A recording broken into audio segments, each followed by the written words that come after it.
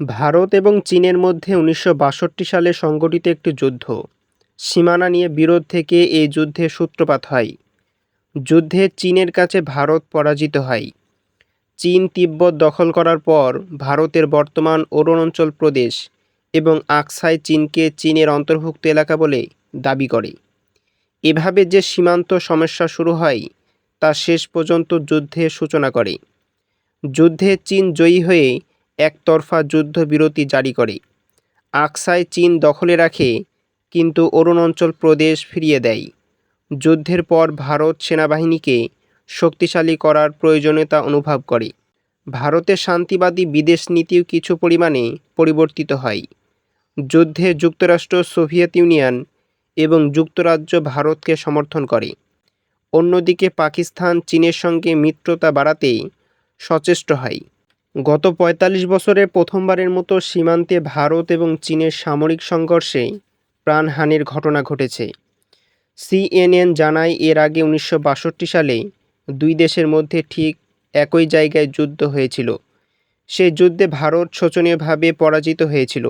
দুই দেশের মধ্যকার ডি ফ্যাক্টো সীমান্ত কিংবা line of actual control LAC স্থানে ওই সংঘর্ষ ঘটে। সেখানে দুই দেশের মধ্যে ৩,৪৪০ কিলোমিটার সীমান্ত রয়েছে। চীন শাসিত ওই বিতর্কিত জায়গায় মালিকানা নিয়ে ভারতের দাবি থাকায় এ নিয়ে দুই দেশের মধ্যে পুরনো বিবাদ আছে। সম্প্রতি লাদাখে ভারতের তৈরি করা রাস্তা বা দুই দেশের মধ্যকার এলওএসিতে পড়েছে তা নিয়ে তাদের মধ্যে বিরোধ বাধে বলে গণমাধ্যমে প্রকাশিত হয়। সিএনএন প্রতিবেদনে দুই দেশের সামরিক ক্ষমতা নিয়ে বিস্তারিত তুলে ধরা হয়েছে। ১৯৬২ সালের যুদ্ধের পর বিগত দশকগুলোতে এশিয়ার এই দুই দেশেই বিপুল অস্ত্রদের সম্ভার গড়ে তুলেছে। পরমাণু শক্তিধর দেশ দুটির মধ্যে বিবাদ বেড়েই চলেছে। বেইজিং ১৯৬৪ সালে এবং ভারত ১৯৭৪ সালে পারমাণবিক শক্তিধর হয়ে ওঠে।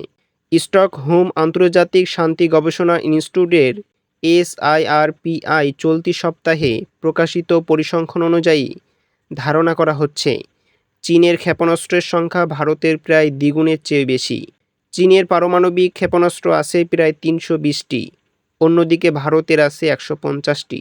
উভয় শক্তিতে তাদের অস্ত্রাগারগুলোতে গত বছরের তুলনায় এবছর ভারী করে তুলেছে। বেইজিংয়ের অস্ত্রাগারে নতুন ৪০টি ক্ষেপণাস্ত্র এবং নয়াদিল্লির অস্ত্রাগারে নতুন 10টি ক্ষেপণাস্ত্র বেড়েছে। ১৯৭৫ সালে শেষবারের মতো ভারত এবং চীনের সেনাবাহিনীর মধ্যে গোলাগুলি হয়। তাদের সীমান্তে পারমাণবিক হামলার জন্য সব রকম ব্যবস্থা নেওয়া থাকলেও দুই দেশে এক্ষেত্রে প্রথম ব্যবহারের নীতি মেনে চলে।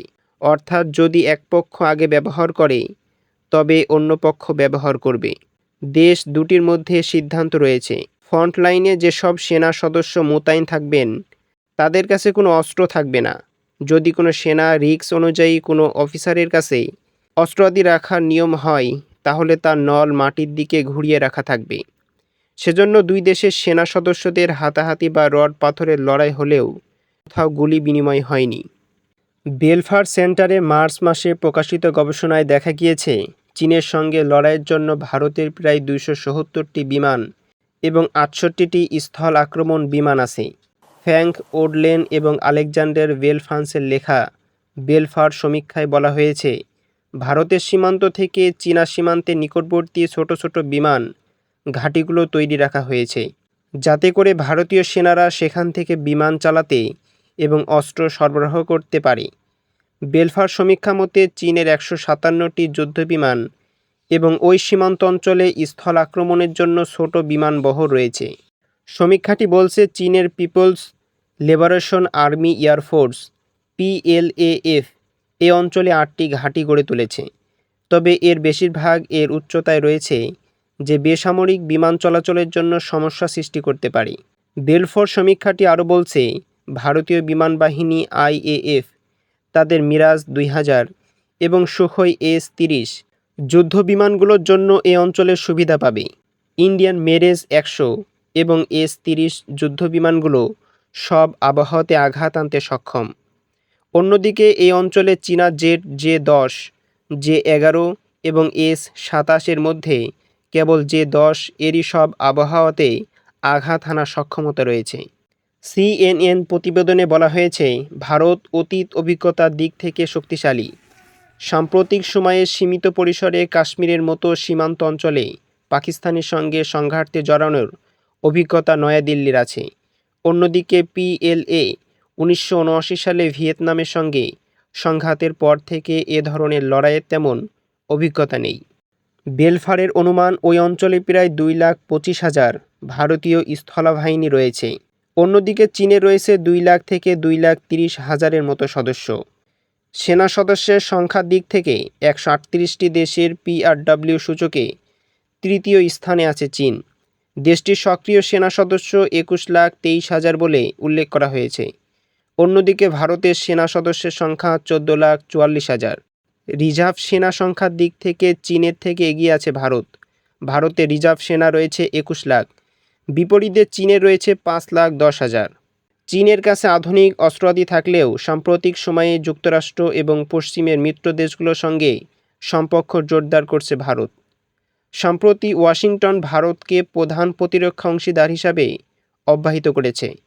নয়াদিল্লির সঙ্গে যুক্তরাষ্ট্রের সামরিক বাহিনীর সম্পর্ক আরও ঘনিষ্ঠ হয়েছে। যুক্তরাষ্ট্র, জাপান, ফ্রান্স, অস্ট্রেলিয়ার মতো দেশগুলোর সঙ্গে ভারত যৌথ সামরিক অভিযানে অংশ নেয়। অন্যদিকে পাকিস্তান, রাশিয়া ছাড়া অন্য দেশের সঙ্গে চীনের সম্পর্ক রয়েছে বলে স্বল্প পরিসরে।